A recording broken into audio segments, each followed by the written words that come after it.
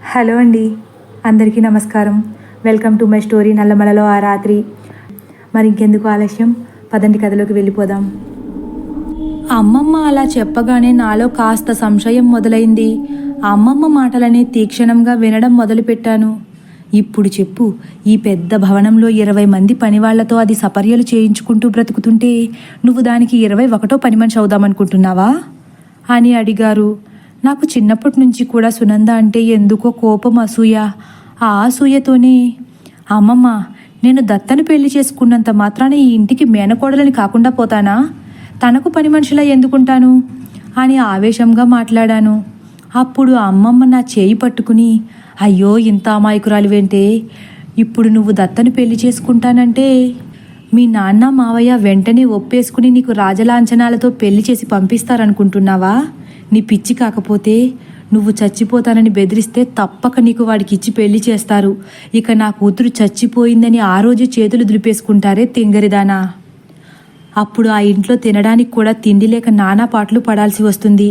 ఇక్కడ సునంద చక్కగా మహారాణిలా నీ కళ్ళ ముందే దర్జాగా బ్రతుకుతుంది. నువ్వు దత్తను పెళ్లి చేసుకుంటే నీ జీవితం ఒక్కటే నాశనం అవుతుందనుకుంటే అది నీ పొరపాటే మోహిని. నీదేముంది, ప్రేమించిన వాడి కోసం వాటన్నింటినీ సంతోషంగా భరిస్తావేమో, కానీ నీకు పుట్టబోయే పిల్లలు ఏం పాపం చేశారు? రాజమహల్లో మహారాజుల్లా పెరగాల్సిన వాళ్ళు ఆ చిన్న పెంకుటింటిలో అష్టకష్టాలు పడుతూ నచ్చిన బట్ట కట్టుకోవాలంటే కుదరదు, నచ్చిన తిండి తినాలన్నా ఉండదు. నీ పిల్లల పరిస్థితి అలా ఉంటే ఇక నీ పరిస్థితి చెప్పక్కర్లేదు. ఇక్కడ సునంద పిల్లలు అష్టైశ్వర్యాలతో తులతూగుతూ పెరుగుతారు. అప్పుడు నీ పిల్లలు సునందకు ఎంత హీనంగా కనిపిస్తారో ఆలోచించావా? నిన్ను ఆ దేవుడు రూపంలో పుత్తడి బొమ్మలా పుట్టించాడమ్మా. లేమి అన్న పదం వినపడని ఇంట్లో కూతురిగా పడేశాడు. గొప్ప పేరు ప్రఖ్యాతలు కలిగిన మెట్టినింటిని నీ కోసం సిద్ధంగా ఉంచితే నువ్వు ఈ అదృష్టాన్ని కాలదన్నుకుంటానంటావేంటమ్మా? నా తల్లి కదా, నా మాట విను. నువ్వు ఇప్పుడు కనుక నీ మనసు చెప్పిందని చెప్పి నా మంచి మాటలు పెడచెవిన పెట్టి ఆ దత్తను పెళ్లి చేసుకున్నావా, ఇక అక్కడ నువ్వెన్ని అష్ట కష్టాలు పడ్డా ఎవరు నీ ముఖం వైపు కూడా చూడరు.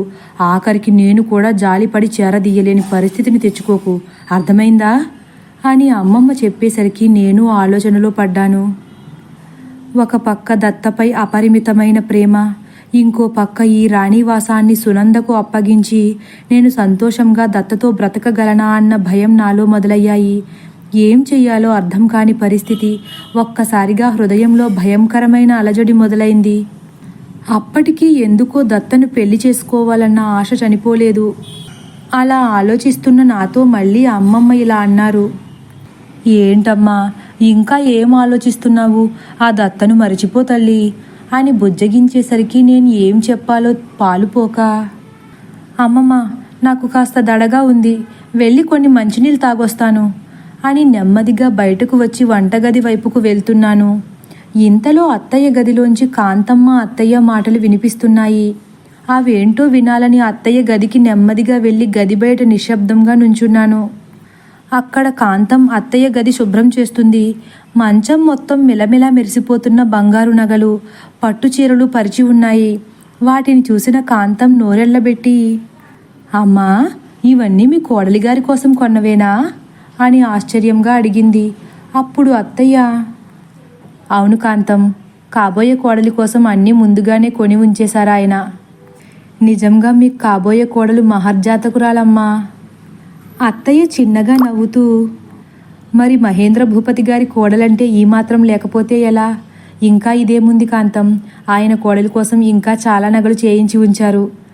కాంతం ఒక్కసారి ఆశ్చర్యపోతూ, అవునా అమ్మా, అసలు ఇన్ని నగలు ఆవిడ మోయగలదో లేదో అని నవ్వుతూ అంటూనే, ఇంతకీ ఇంటికి కోడలిగా అయ్యే అదృష్టం సునందమ్మకు ఉందో లేక మోహినీదేవి గారికి ఉందో అని అడిగింది.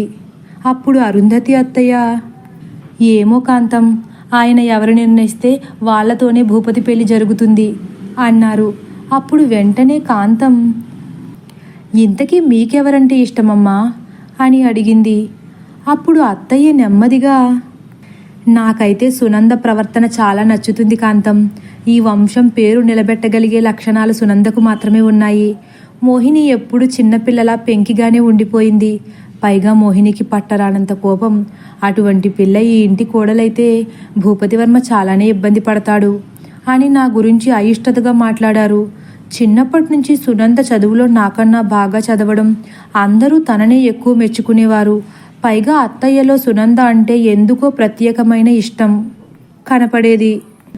మిగిలిన వాళ్ళు కూడా సునంద ఏ పని చేసినా మెచ్చుకోవడం నాకు అస్సలు గిట్టేది కాదు. దానికి తోడు ఈ మాటలతో సునంద మీద అసూయ రెట్టింపైపోయింది. ఇంతలో అగ్నికి ఆర్ఘ్యం పోస్తున్నట్లుగా కాంతమ్మ, అవునమ్మా, మీరన్నదే నిజం. ఇలా అన్నానని ఏమీ అనుకోకండి. మోహిని అమ్మకు మీ వంశానికి కోడలయ్యే ఒక్క లక్షణం కూడా లేదు. అన్నీ వసుంధరమ్మ పోలికలే. ఈ ఇంట్లో కోడలిగా అడుగుపెట్టి అన్ని భోగాలు అనుభవించే హక్కు సునందమ్మకే చెల్లుతుంటుంది. కాబట్టి సునందమ్మనే కోడలిగా చేసుకోండి అని నన్ను ఇంకా రెచ్చగొట్టింది. నా మాటలతో ఎక్కడ లేని కోపం వచ్చేసింది. మంచినీళ్లు కూడా తాగకుండా ఆవేశంగా అమ్మమ్మ గది దగ్గరకు వెళ్ళి బయటే నుంచున్నాను. అమ్మమ్మ, నేను మా ఇంటికి వెళ్తున్నాను, రేపు వస్తాను అని ఆవేశంగా చెప్పేసి అమ్మమ్మ ఏదో మాట్లాడుతున్నా వినిపించుకోకుండా అక్కడి నుండి వేగంగా వెళ్ళిపోయాను. ఆ రోజు రాత్రంతా నాకు నిద్ర పట్టలేదు. ఈ విషయం గురించి ఆలోచించడం మొదలుపెట్టాను. దత్తను పెళ్లి చేసుకుంటే నిజంగానే నేను బ్రతకడానికి కూడా ఇబ్బంది పడతానా?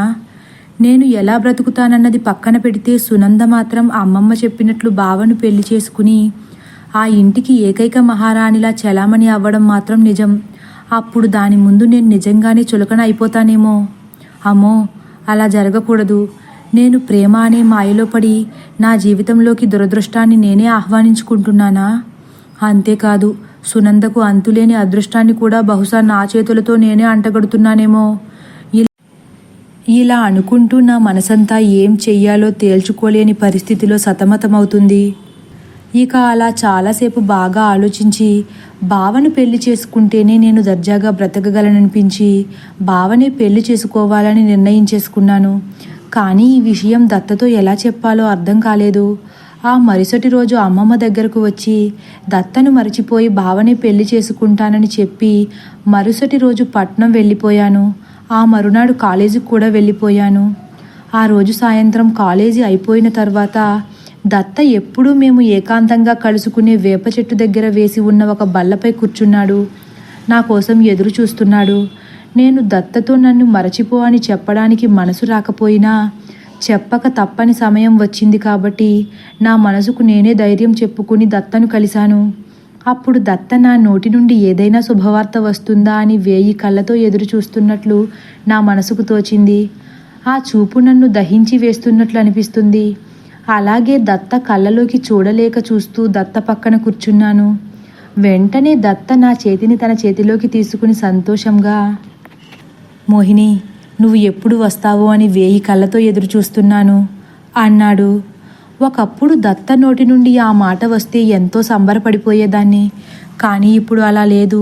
దత్తను చూసి నవ్వాలన్నా భయం వేసి నిశ్చేష్టంగా ఉండిపోయాను. ఏంటి మోహిని అలా ఉన్నావు? మన పెళ్ళికి మీ అమ్మమ్మగారు ఒప్పుకోలేదా అని దీనంగా అడిగాడు.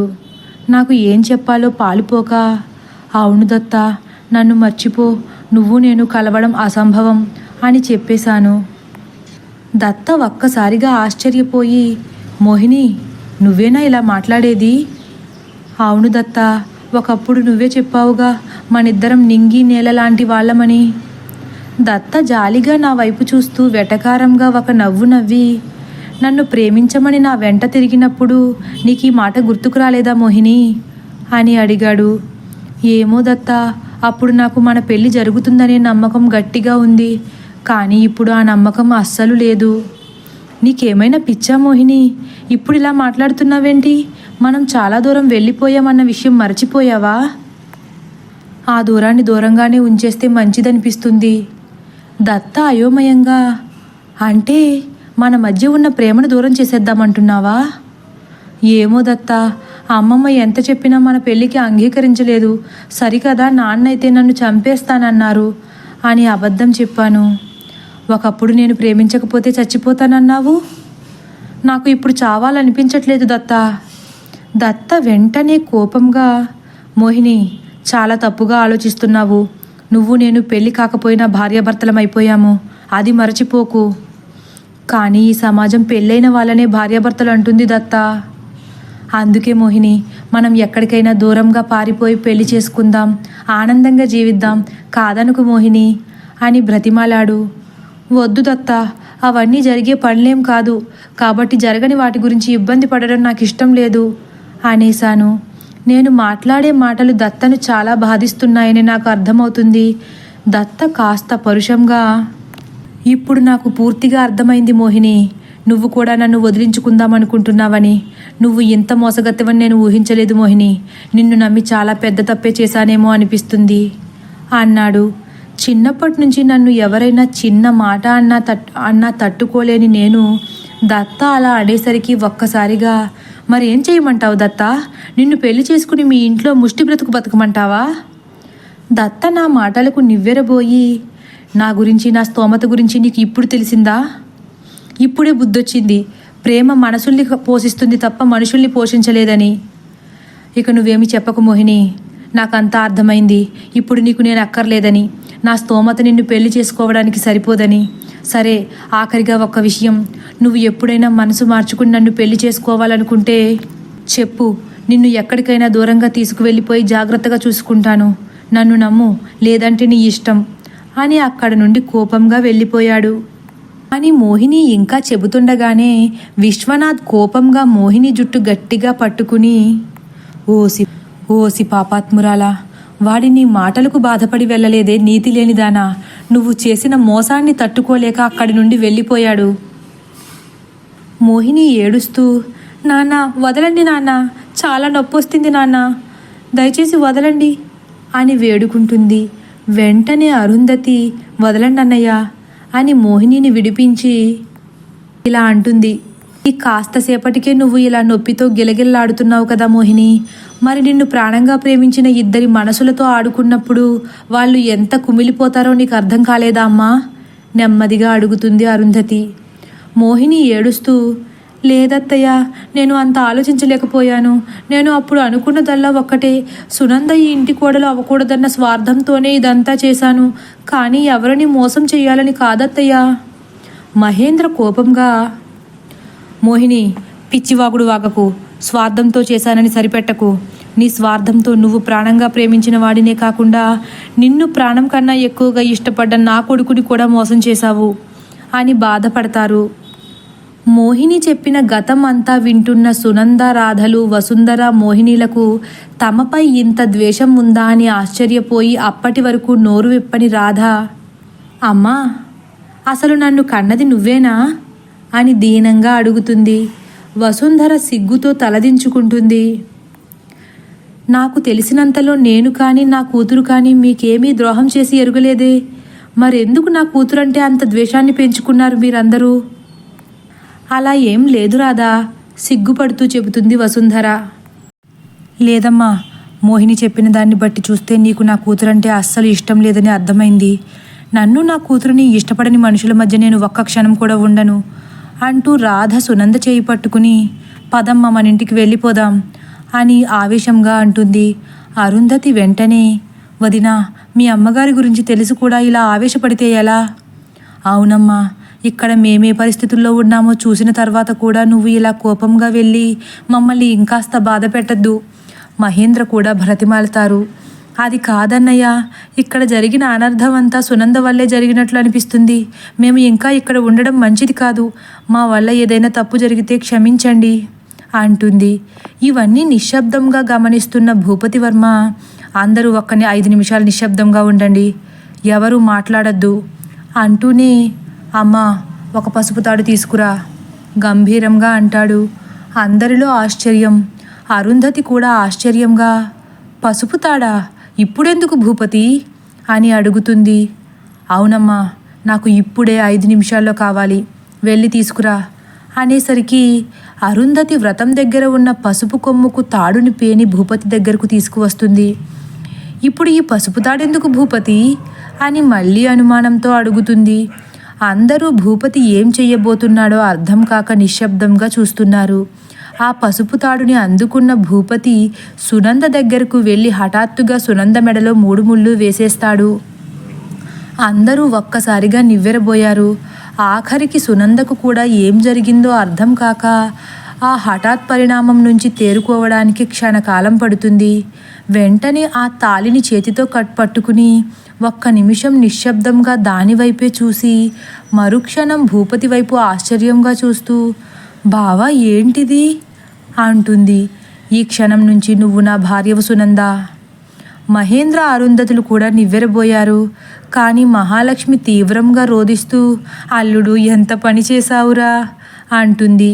వసుంధర కూడా ఏడుస్తూ, ఇప్పుడు మోహిని బ్రతుకేం కావాలిరా అంటుంది. నానమ్మ, మోహిని తన బ్రతుకును తానే సర్వనాశనం చేసేసుకుంది. నాకు తను చేసిన అన్యాయానికి ఇదే నేను తనకు వేస్తున్న పెద్ద శిక్ష అంటాడు భూపతి. దేవుడా, ఇప్పుడు నా కూతుర్ని ఎవరు పెళ్లి చేసుకుంటారు అని గుండెలు పట్టుకుని ఏడుస్తుంది మహాలక్ష్మి. అత్తయ్య, ఎందుకలా ఏడుస్తున్నారు? మీ కూతురు దత్తబిడ్డను కడుపులో మోస్తుంది కాబట్టి మోహినిని దత్తకిచ్చి వివాహం చేయడమే సమంజసం అంటాడు భూపతి వర్మ. ఆ మాటతో భయంతో ఒక మూలన కూర్చున్న కృష్ణశర్మ గుండెలు గుబేలుమన్నాయి. విశ్వనాథ్ కోపంగా, భూపతి, అవసరమైతే దీన్ని చంపనైనా చంపుతాను, కానీ వాడికిచ్చి మాత్రం పెళ్లి చెయ్యను అంటారు. మహేంద్ర భూపతి కూడా, అవును భూపతి, దత్తకు కూడా పెళ్ళైపోయిందన్న విషయం మరచిపోయావా అంటారు. అవును బాబు, మోహినీదేవి గారిని దత్తకిచ్చి పెళ్లి చేస్తే నా కోడలు బ్రతికేం కావాలి? పైగా తను తల్లి కాబోతున్నానన్న సంతోషంలో ఉంది. ఇప్పుడు ఇవన్నీ తెలిస్తే తను బ్రతుకదు. మోహిని అమ్మ చేసిన తప్పుకు చివరకు ఏ పాపం పుణ్యం ఎరుగని నా కోడల్ని బలి చేస్తారా అని కృష్ణశర్మ అంటూనే భూపతి వర్మ చేతులు పట్టుకుంటాడు. అయ్యా భూపతి గారు, మీకు ఇది న్యాయమేనా? మోహినీదేవి గారు చెప్పిన దాన్ని బట్టి ఇందులో మా దత్త తప్పేమీ లేదు కదా అని వేడుకుంటాడు. మహేంద్ర మాత్రం కోపంగా, తెలివిగా మాట్లాడి నీ కొడుకుని తప్పిద్దామనుకుంటున్నావా శర్మ? ఇందులో మోహిని తప్పెంతుందో నీ కొడుకు తప్పు కూడా అంతే ఉంది. మోహిని తనను ప్రేమించమని అడిగినప్పుడు ఈ విషయం మనకు చెప్పాల్సిన బాధ్యత నీ కొడుక్కి లేదా? అవకాశం దొరికింది కదా అని హద్దులు దాటాడు. దానికి పర్యవసానం అనుభవించాల్సిందే అంటారు మహేంద్ర. అవును బాబు, వాడు హద్దులు దాటకుండా ఉండాల్సింది. ఆ తప్పుకు వాడికి నేనే శిక్ష వేస్తాను. నేను వాళ్ళమ్మ బ్రతికుండగా వాడు ఈ ఊళ్ళో అడుగు పెట్టడు. నా గొంతులో ప్రాణం ఉన్నంత వరకు నేను వాడి ముఖం చూడను. చివరకు మాకు తల కొరువి పెట్టే అవకాశం కూడా వాడికి ఇవ్వను. ఇప్పుడే వాడి పెళ్ళాన్ని కూడా పట్నం పంపించేస్తాను. ఈ రోజుతో నా కొడుకు చనిపోయాడని తలారాన్ని ఇల్లు పోసేసుకుంటాను. నాకు తెలిసి ఈ భూమి మీద ఇంతకన్నా పెద్ద శిక్ష ఏమీ ఉండదనుకుంటాను భూపతి గారు అని భోరున విలపిస్తూ కృష్ణశర్మ వేడుకునేసరికి, అవును నాన్నగారు, ఒక పద్ధతైన కుటుంబంలో పుట్టిన ఎవరికైనా తల్లి తండ్రి ఉండి వాళ్ళను చూడలేని పరిస్థితి వస్తే దానికన్నా నరకం ఇంకొకటి ఉండదేమో. దత్తను మీరు కోపంలో ఇప్పుడు ఏదైనా చేస్తే వాడు ఒక్క క్షణం మాత్రమే బాధను అనుభవిస్తాడు. అదే వాడికి ప్రాణానికి ప్రాణమైన తల్లి తండ్రి దూరమైతే ఆ బాధ అనుక్షణం అనుభవిస్తాడు. ఇదే వాడికి సరైన శిక్ష అని భూపతి వర్మ గంభీరంగా నచ్చ చెప్పేసరికి మహేంద్ర ఒక్క నిమిషం ఆలోచించి, శర్మ, భూపతి చెప్పాడని నీ కొడుకుని చంపకుండా వదిలిపెడుతున్నాను, కానీ ఒక్క షరతు. కృష్ణశర్మ చేతులు జోడించి, సంతోషమయ్యా, షరతేమిటో చెలవీయండి. నువ్వు చెప్పినట్లే నీ కొడుకు మీరు బ్రతికున్నంతకాలం పొరపాటును కూడా ఎప్పుడు నిన్ను శారదను కళ్ళారా చూడకూడదు. మీతో నోరారా ఒక్క మాట కూడా మాట్లాడకూడదు. చివరకు ఆ నమ్మక ద్రోహికి కొడుకు పుట్టినా కూడా మీరు వాడిని కలవకూడదు. అర్థమైందా అంటారు. తప్పకుండా అయ్యా అని ఏడుస్తూ, భగవంతుడా, ఎంత క్షోభ పెడుతున్నావయ్యా అని కళ్ళు తుడుచుకుని, మీరు చెప్పినట్లే చేస్తాను. ఇప్పుడే ఇంటికి వెళ్ళి నా కోడలిని కూడా పట్నం పంపించేస్తాను అని హడావిడిగా పైకి లేచి ముందుకు అడుగు వేస్తాడు. మహేంద్ర గంభీరంగా, శర్మ, నా ఆజ్ఞ మరచి నీ కొడుకుని నిన్ను మీ ఆవిడను చూసిన రోజే వాడికి ఆఖరి రోజవుతుంది, జాగ్రత్త అని బెదిరిస్తారు. శర్మ కడుపులోంచి తన్నుకొస్తున్న దుఃఖాన్ని ఆపుకుంటూ, అలాగే అయ్యా, అలాగే, నాకు అసలు కొడుకే పుట్టలేదనుకుంటాను. వాడు ఎక్కడున్నా ప్రాణాలతో ఉంటే చాలు అని అనుకుంటూ అక్కడి నుండి వెళ్ళిపోతారు. ఇప్పుడు ఎటు వచ్చి మోహిని బ్రతుకేంటో ఎవరికీ అర్థం కాని అయోమయంలో ఉన్నారు. ఇటు భూపతి వర్మ ఎట్టి పరిస్థితుల్లోనూ మోహినిని భార్యగా అంగీకరించనని తేల్చి చెప్పేసరికి విశ్వనాథ్ ఏడుస్తూ, ఇంకేం చూస్తున్నారే, ఇక్కడ ఎవరున్నారని అలా కూర్చున్నారు, ఇంటికి తగలడదాం పదండి అని కోపంగా అరుస్తారు. మహాలక్ష్మి కూడా భూపతి సునందను పెళ్లి చేసుకునేసరికి ఇక అక్కడ ఉండి ప్రయోజనం లేదనుకుని మోహినిని తీసుకుని ఇంటికి వెళ్ళిపోతుంది. అలా 4 రోజులు గడిచిపోయాయి. ఎవరూ ఊహించని విధంగా భూపతి సునందలు ఒక్కటైపోయారు. మంచి జరిగిందో చెడు జరిగిందో తెలియదు గాని అరుంధతి కోరిక నెరవేరింది. ఇక మహేంద్ర విషయానికొస్తే ఎంత కాదన్నా పెద్ద మేనకోడలి జీవితం నాశనం అయ్యిందన్న బాధ మనసుని దహించి వేస్తుంది. దీనికంతటికీ కారణమైన వసుంధరను కూడా అందరూ ఒక దోషిలా చూడడం మొదలుపెట్టారు. మోహిని జీవితం నాశనమైందన్న బాధలో వసుంధర ఆరోగ్యం కూడా క్షీణించడం మొదలుపెట్టింది. ఇక ఇదిలా ఉంటే అక్కడ మోహిని ఊళ్ళో మాత్రం నెమ్మదిగా ఈ విషయం ఊరంతా తెలిసిపోయింది. విశ్వనాథ్ కుటుంబానికి తీరని మచ్చలా మారింది మోహిని.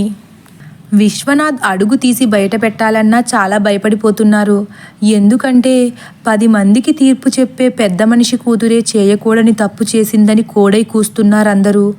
విశ్వనాథ్ గారి అమ్మాయి ఎవరితోనో తిరిగి ఎవరినో పెళ్లి చేసుకుని చివరకు ఎవరికీ కాకుండా పోయిందంటరా అని ఎగతాళిగా మాట్లాడుకుంటున్నారు. ఆ మాటలు ఏదో విధంగా విశ్వనాథ్ చెవిన పడి గుండెల్లో గుణపాల్లా గుచ్చుకుంటున్నాయి. ఒక పక్క అల్లారు ముద్దుగా పెంచిన కూతురి జీవితం అస్తవ్యస్తమైంది. ఇంకో పక్క ఎంతో పేరుగల తన వంశం పరువు మొత్తం పోయింది. తదుపరి భాగం కోసం వేచి ఉండండి. ఒకవేళ నా కథ కానీ మీకు నచ్చినట్లయితే లైక్ చేసి సబ్స్క్రైబ్ చేయడం మర్చిపోకండి. Thank you for watching.